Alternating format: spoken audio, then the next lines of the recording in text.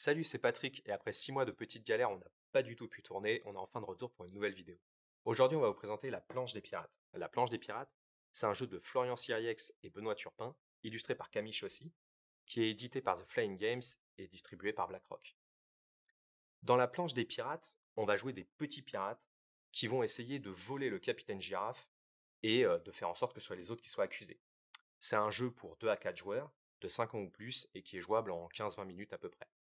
Comme d'habitude, je vais vous expliquer ce qu'on trouve dans la boîte, je vous explique comment on joue, et à la fin, je vous donne mon avis.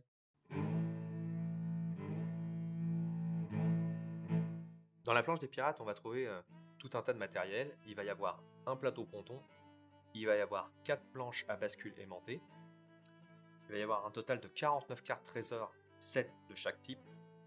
On va trouver 60 jetons caisses, 4 figurines de pirates éléphants, et le dos de la boîte va faire office de plateau en représentant le bateau. Alors pour la mise en place, c'est très simple en fait. Chaque joueur va prendre une planche et une figurine et va venir les poser sur le bateau. Donc en fait les planches sont aimantées, donc on va venir les poser. Là on voit peut-être pas très bien, mais il y a un petit aimant. On va les poser comme ceci sur l'illustration, poser sa figurine le plus loin possible du bord et on est prêt à jouer. Donc tout simplement, les planches et les figurines qu'on n'utilise pas, on va les mettre de côté. Le but du jeu dans la planche des pirates, c'est un peu particulier, ça va pas tant être de gagner, mais ça va surtout être de faire en sorte que les autres perdent avant nous.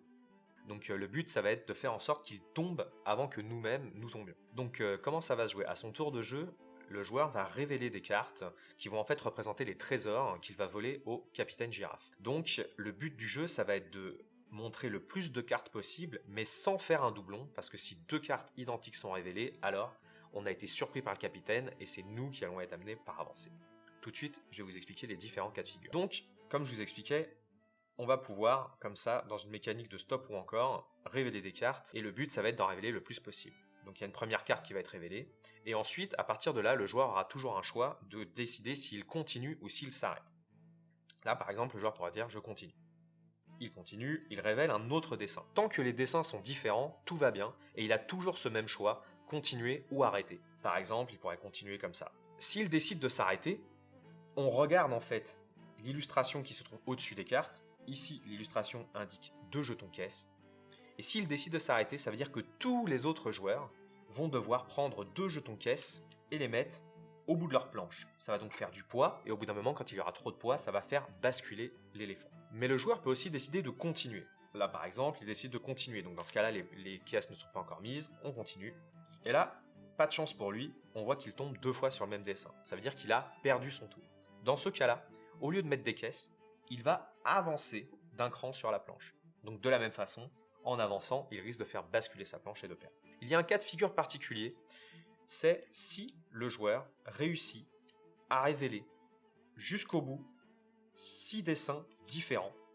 Dans ce cas-là, et uniquement dans ce cas-là, il a immédiatement gagné la partie. Donc si un joueur prend le risque d'aller jusqu'au bout et de révéler 6 dessins tous différents, bien dans ce cas-là, il a gagné. Tant qu'un joueur n'est pas tombé ou qu'un joueur n'a pas réussi à gagner, on va continuer comme ça la partie tour à tour. Donc entre chaque tour, on va retirer les cartes, les mettre de côté, et donc après ce sera au joueur suivant de recommencer à piocher. Donc on va comme ça montrer des choses, ça va rajouter des pierres petit à petit.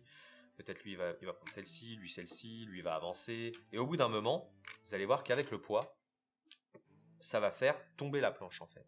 C'est pour ça que le but du jeu, c'est de faire en sorte que les autres prennent plus de poids avant nous, puisque forcément, il y a un où la planche ne tient plus et où le poids est trop grand. Dans ce cas-là, non seulement le joueur est éliminé, mais en plus la partie s'arrête. On ne cherche pas à jouer jusqu'à ce qu'il n'y ait plus qu'un seul vainqueur. On considère que tous ceux qui sont restés sont encore vainqueurs. Et simplement, on peut se moquer du perdant, ou en tout cas savourer le fait de ne pas avoir perdu. C'était pas facile de choisir un jeu pour reprendre les vidéos. Et finalement, si on a choisi la planche des pirates, c'est tout simplement parce que pour nous, c'est peut-être le meilleur qui est sorti en 2022. Pourquoi c'est le meilleur? Parce que non seulement c'est un jeu pour enfants, mais c'est aussi un jeu qui est cool pour les adultes qui vont jouer avec eux. C'est un jeu qui vraiment réussit à avoir un intérêt ludique pour tout le monde, parce qu'en fait, il y a ce petit côté un peu crapuleux qu'on trouve dans les bons jeux, où on aime bien se charrier, on aime bien se moquer des autres, on aime bien faire en sorte que les autres perdent, et en fait, ça va rajouter une espèce de dynamique, quelque chose de vraiment drôle autour de la table, qu'on trouve finalement pas si souvent que ça dans les jeux pour enfants. Du coup, ce qui est vraiment sympa, c'est qu'il y a vraiment tout qui se cumule dans le jeu pour en faire un super jeu. L'édition est super, les illustrations de Camille Chaussy sont hyper cool, l'univers pirate marche bien avec les petits animaux et tout. La règle est super simple, elle s'explique facilement, et pour autant, il y a vraiment une petite stratégie à avoir, du risque à prendre ou pas, enfin, il y a vraiment quelque chose qui marche. Et encore une fois, vraiment, le point fort de la planche des pirates, c'est son ambiance. C'est vraiment un jeu qui est fun à jouer, qui est cool, qui donne envie d'y rejouer, qui donne envie de se venger. Et ça, c'est quelque chose qui fait que le jeu marque les esprits et qu'on a envie d'y retourner. Et c'est pour ça qu'on voulait vous le présenter aujourd'hui et qu'on considère que c'est vraiment un très très bon jeu. Donc nous, on trouve vraiment le jeu super. Enfin, pour moi, c'est vraiment un des tout meilleurs jeux pour enfants qui existent. Mais il y a quand même 4 petites questions que je me suis posées par rapport au jeu. C'est vraiment pinailler pour pinailler, mais tant qu'à faire, pour donner un avis complet, je vais quand même revenir sur ces 4 petits points. Le premier point, vraiment, qui pose question à tout le monde, et moi le premier, c'est on voit qu'il y a 3 petits éléphants qui sont ici, qui sont bien visibles comme ça dans le plastique transparent, mais en vérité il y en a 4 dans la boîte, et on comprend pas pourquoi il n'y a pas les 4 figurines apparentes. C'est un peu bizarre d'avoir un 4e éléphant disparu comme ça, du coup on a l'impression que le jeu se joue à 3 alors qu'en fait il se joue à 4, et ça nous a un peu surpris. Deuxième chose qu'on a noté, c'est en fait le fait que l'étui soit très très fin. Et là, ça se voit peut-être pas sur la caméra, mais nous, on l'a déjà rescotché, ça se déchire assez vite. Et ça, c'est un peu dommage. Disons qu'au vu de la qualité globale de l'édition, on comprend pas trop pourquoi il n'y a pas un étui qui soit un tout petit peu plus épais pour éviter ce genre de désagrément. Troisième chose qui nous a posé question, c'est le fait que sur l'illustration, alors là on voit pas, mais sur l'illustration comme ça de la boîte, il y a 4 prénoms qui sont écrits. Manon, Robin, Garance et Aurel. Et on se pose la question de qui sont ces personnes, pourquoi ils ont été cités. Donc j'imagine que l'illustrateur avait ses raisons, mais en tout cas voilà, ça fait un petit mystère autour du jeu. Et dernière chose, on parle de jetons caisses, donc du coup c'est des jetons qui sont ronds, alors que c'est des caisses, donc des caisses ce n'est pas rond. et du coup ça c'est quelque chose, les enfants par exemple m'ont demandé ce que c'était, et j'ai dû chercher dans la règle pour leur dire que c'était des caisses, et c'est vrai que ça c'est pas très très intuitif on va dire.